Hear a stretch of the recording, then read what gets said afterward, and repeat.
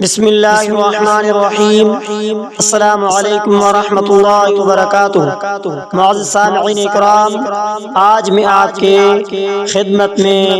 وظیفہ لے کر آیا ہوں سورہ کہف کے متعلق، جیسا کہ رسول اللہ صلی اللہ علیہ وآلہ وسلم نے فرمایا، جس شخص نے جمعے کے دن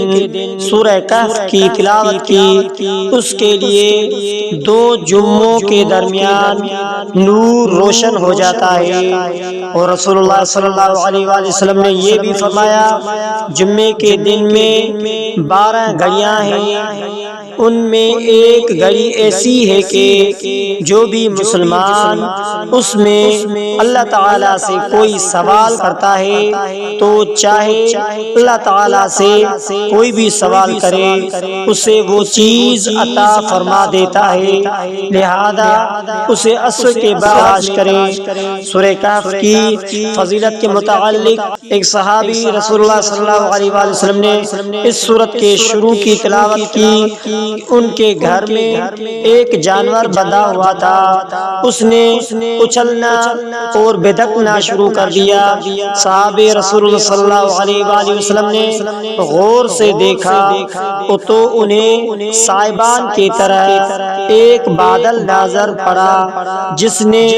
اس پر سایہ کر دیا۔ انہوں نے آپ علیہ الصلوۃ والسلام سے ذکر کیا۔ آپ علیہ الصلوۃ والسلام نے فرمایا، پڑھتے رہو، یہ وہ سکینہ ہے جو اللہ تعالیٰ کی طرف سے قرآن کی تلاوت پر نازل ہوتا ہے۔ صحابی کا نام حضرت اسید بن حضیر رضی اللہ تعالیٰ عنہ تھے کہ جس شخص نے سورہ کہف کی شروع کی 10 آیتیں حفظ کر لی وہ فتنہ دجال سے بچا لیا جائے گا۔ جو شخص سورہ کہف کا اول آخر پڑھ لے اس کے لیے اس کے پاؤں سے سر تک نور ہوگا، اور جو ساری سورت کو پڑھے اسے زمین سے آسمان تک کا نور ملے گا۔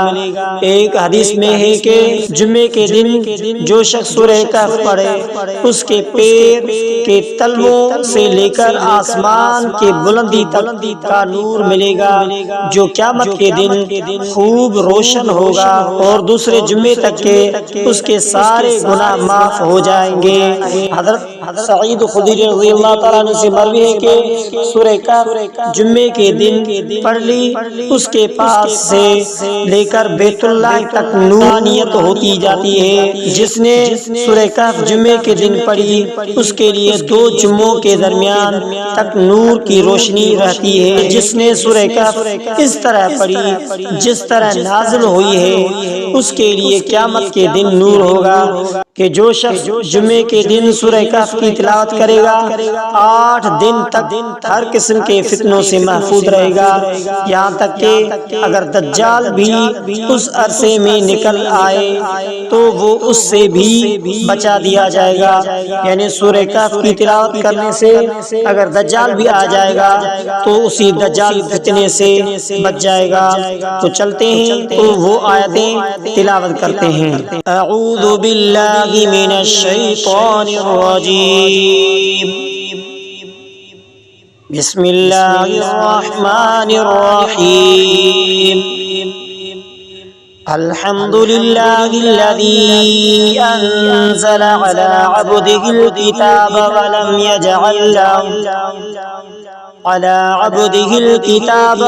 يجعل له عوجا قيما لينذر بأسا شديدا من لدنه ويبشر المؤمنين الذين يعملون الصالحات أن لهم أجرا حسنا ماكثين فيه أبدا وينذر الذين قالوا اتخذ الله ولدا ما لهم به من علم ولا لآبائهم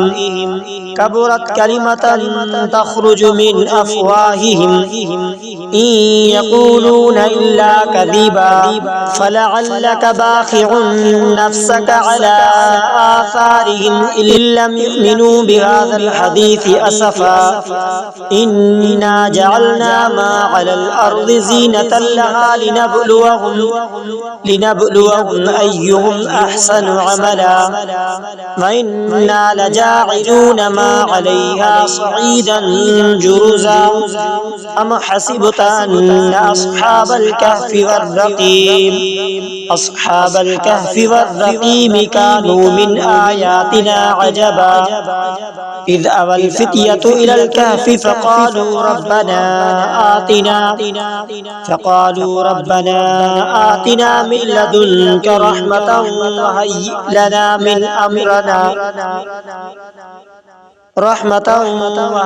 لنا من أمرنا رشدا.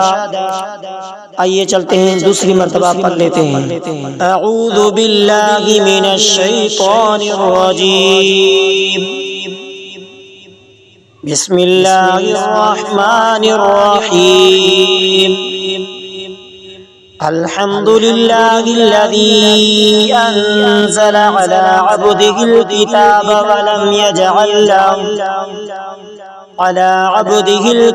ولم يجعل له عوجا قيما لينذر بأسا شديدا من لدنه ويبشر المؤمنين الذين يعملون الصالحات أن لهم أجرا حسنا ماكثين فيه أبدا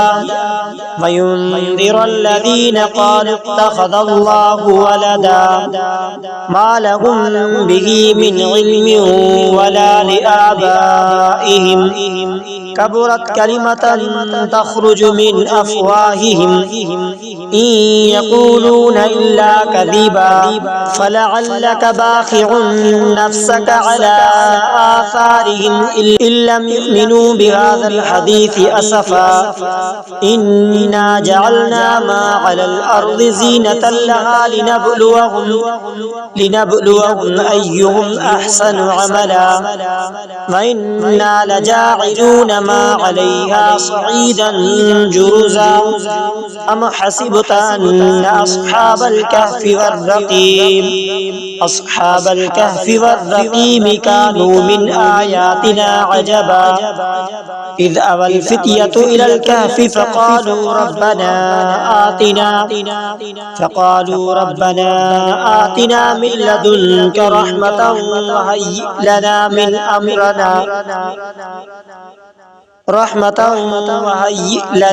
أمرنا رشدا. اگر آپ ہمارے چینل پر نیا ہیں تو سبسکرائب کریں، لائک کریں، کمنٹ میں اپنی رائے ضرور دیں.